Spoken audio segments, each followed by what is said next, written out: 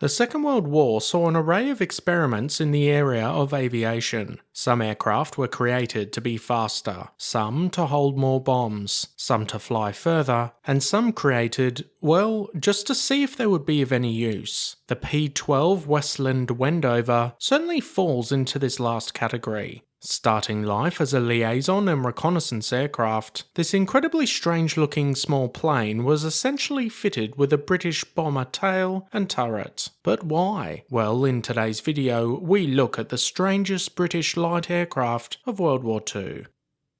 If you enjoy this video and want to see more, hit that subscribe button. It's free and really helps the channel reach more history lovers like you.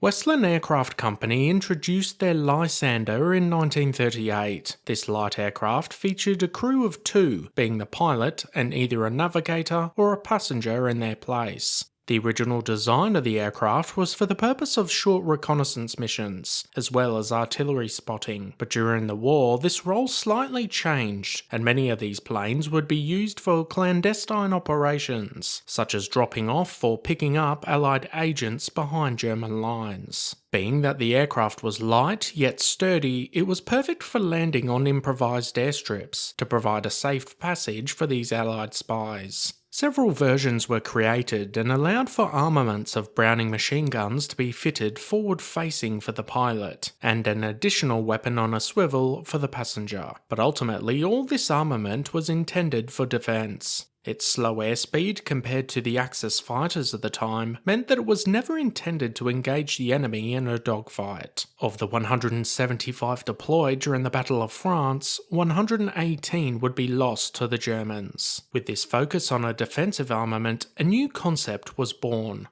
The Lysander would have a standard-looking rear tail and fin, but an idea was concocted to fit a turret to the aircraft. The Bolton Paul Defiant would attempt a similar design. However, this aircraft would have a turret in the middle of the plane, which was mainly done due to space and to spread out the weight across the fuselage. Westland, however, took inspiration from the Avro Lancaster Bomber. The rear tail section of the bomber was spread out away from the fuselage, with a fin on either side. This then allowed for the turret to be fixed in the middle and facing rearward. Westland took this and ran with it by removing the standard tail and putting in their Lancaster-style broad-beamed twin tail and turret. The turret itself would feature 4 303 Browning machine guns in a power-operated device. The turret had a fairly wide arc of fire but wasn't able to manoeuvre past the tail fins for obvious reasons. This new aircraft would be called the P12 Westland Wendover.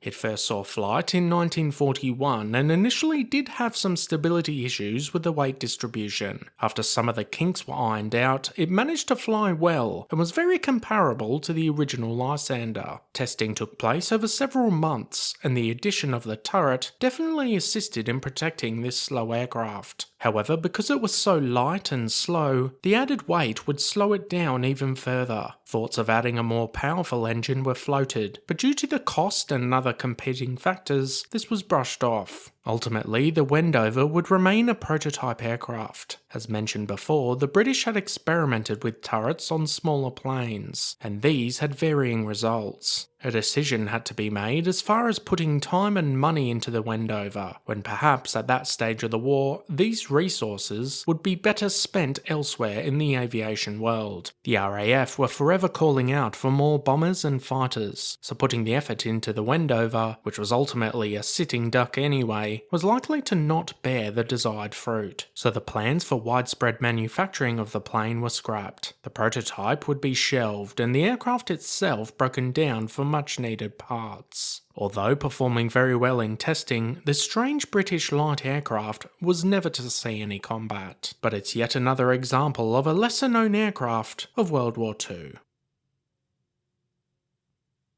Had you ever heard of the P12 Westland Wendover? What did you think? Let us know your thoughts in the comment section down below. As always guys, thanks for watching. Be sure to hit that subscribe button if you want to expand your knowledge and join the growing Premier History community.